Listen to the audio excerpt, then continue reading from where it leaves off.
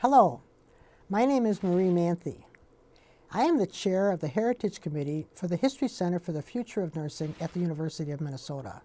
This is a review of the formative years for the School of Nursing from 1909 to 1929. Founded in 2009, this School of Nursing remains the longest continuously operating university nursing program in the world. Here we describe the individuals involved in this innovative program over 100 years ago. There is an ongoing rich history and pioneering spirit that has continually evolved into the programs that exist today. Reviewing this history of where we have come from strengthens the way for the future. The University of Minnesota School of Nursing was founded by a physician named Richard Olding Beard. He was a physiology professor in the School of Medicine and one of the 4 founders of that school. He believed that medical students should have formal scientific education before their apprenticeship training. When Dr. Beard became head of the physiology department, he visited Johns Hopkins Hospital where he met a distinguished nursing leader by the name of Isabel Hampton Robb. She convinced him of the value of educating nurses in academic institutions rather than in hospital-based apprenticeship training programs. When he returned to Minnesota, Dr. Beard presented this concept to the Board of Regents, who, in 1908, approved the creation of a school for nurses. The first students were admitted in 1909. Throughout the first couple of decades of the school's existence, Richard Olding Beard was a passionate protector of this new, more formal, academic-based preparation for nurses. His colleagues nicknamed him the Nestor of Nurses from the Greek Nestor, a leader who protected young warriors in the Trojan Wars. Beard was deeply involved in supporting nursing education. His writings and letters show his ongoing concern and commitment. In this letter, dated January 3, 1925, to Marion Vannier, the School of Nursing's director at that time, he outlines 5 problem areas and provides concrete advice about how to address each problem. At the time the School of Nursing centennial in 2009, a Richard Olding Beard Award was created in his honor to recognize non-nurses who contribute significantly to the nursing profession. This award with a recipient list is displayed in the Dean's Corridor of the School of Nursing. Beard selected the first director of the school, a woman named Bertha Erdmann, and arranged for her to attend Teachers College, Columbia University for 1 year of graduate education before the school opened. Teachers College, Columbia University had the only graduate program in the United States for nurses. Erdmann opened the school for nurses in Minnesota in 1909 and ran it for the first year. At the end of that year, she developed tuberculosis and had to resign her position. Beard again looked to Teachers College, Columbia University for help in replacing the director of the school. They recommended he appoint Louise Powell as the second director of the School for Nurses. She was in that position from 1910 to 1924. Louise Paul described her duties during the first year, showing the pioneering character of the work.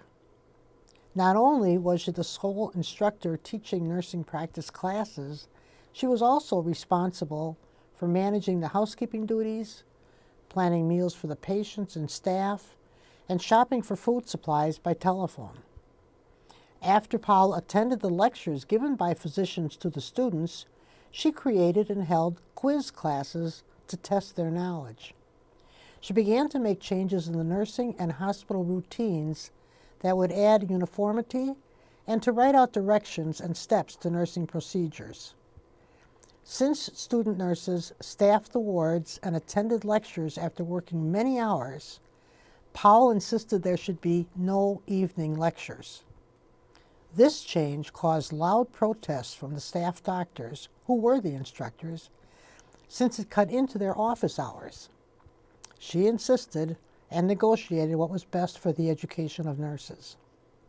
Not everyone who applied to the school was admitted. One of the most controversial criteria was the requirement of a high school graduation certificate, which was not required for other nursing schools nationwide. Other requirements included physical fitness as well as mental, emotional, and spiritual fitness. Dr. Beard was particularly concerned about the overall maturity of the candidates. The first semester curriculum was called the preliminary course and included anatomy, physiology, bacteriology, chemistry, hospital economics, and physical education, as well as the history of nursing. All classes were taught by university faculty. During the first semester, there was no hospital duty. The second term included classes in principles and practices of nursing, dietetics, personal hygiene, and nursing ethics. The following 2.5 years included theory and lectures in all clinical subjects with accompanying classes in nursing. Working in the hospital on the wards provided practical experiences. The first class graduated in 1912. There were 8 students in that class, 3 of whom had baccalaureate degrees in other fields before entering the school for nurses. Here, Louise Powell stands in the center of 6 of those graduates. The second class graduated in 1913. There were 4 students in that class, one of whom, Barbara Thompson, went on to become a faculty member and co-author of Marion Vannier's textbook of nursing procedures. The Alumni Association was formed in 1913. Minutes show that the first meeting was in January of 1914. All graduates were eligible but had to apply to be a member of the Alumni Association. Dues were $3 per year, of which $1 went to a health care fund to pay for physicians' fees for its members. At that time, the source of most employment for nurses was private duty, managed through a board of registry. The Alumni Association established a board of registry for employment and set fees for private duty nurses. The registry board did not change until the end of the Depression and World War II. Marion Vannier became Powell's assistant director in 1915 and succeeded her as the director in 1924. She and Barbara Thompson co-authored a textbook of nursing technique, one of the first such books teaching specific methodologies. She was the director until 1930. Academic expectations of students met university standards from the start. Clinical education was based on classroom demonstrations, followed by supervised practice with hospitalized patients.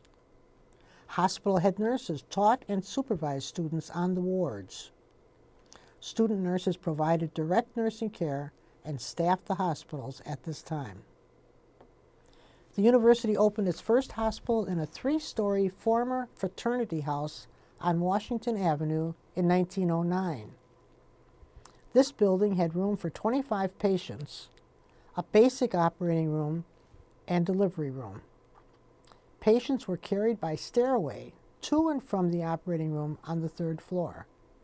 2 years later, in 1911, Elliott Memorial Hospital opened as the first teaching hospital integrated with and staffed by a university medical school. It now had elevators and was easy to transport patients, food, and laundry. Nursing students as well as graduate students were housed nearby to have easy access to the hospital. During World War I, the university was asked to organize a medical nursing unit to go abroad for war service. The most experienced head nurses were accepted to go with the hospital unit. That left many vacancies here at home and a challenge to fill them. In September of 1918, with the outbreak of influenza, the hospitals were emptied of all patients who could be moved to make room for the very ill. It, again, was a challenging time to staff the hospital. A bright spot in 1918 came when the university admitted 3 groups of 100 hospital corpsmen from the Navy because women were not allowed to serve on ships. These men, who would later go overseas on Navy ships, were given a 4-month course of training to prepare them to care for the sick and wounded. All courses were intensive and practical. They were taught nursing procedures, preparing food for the sick, and basic sciences. Another war effort was to support the Army School of Nursing. Those students came to Minnesota for 8 months of clinical experience in pediatrics and obstetrics. The school continued to grow. Louise Paul believed the university should offer the academic classes in the first semester in the preliminary course to other hospital-based nursing programs. To facilitate this belief, the Central School was established in 1921. The university partnered with Minneapolis General Hospital, Miller Hospital, and Northern Pacific Hospitals in St. Paul, and began to share the clinical experiences for nursing students. All of the students were enrolled at the university. Powell Hall was built in 1931 to provide housing for student nurses and named to honor Louise Powell's accomplishments. This was the first time a building was named on the University of Minnesota campus for a living person. With the experience gained during the war years and the influenza epidemic, the school developed a course in public health nursing, which became a standard class required for graduation. The University of Minnesota School of Nursing was the first professional nursing education program to be developed on a college level that has continued to this day. The first 20 years of history reflect the School of Nursing's commitment to leading the way in education for nurses. The pioneering spirit and efforts of its founders formed the basis of what continues today in nursing practice, scholarship, and research. The founders established vision, values, and a structure that has endured.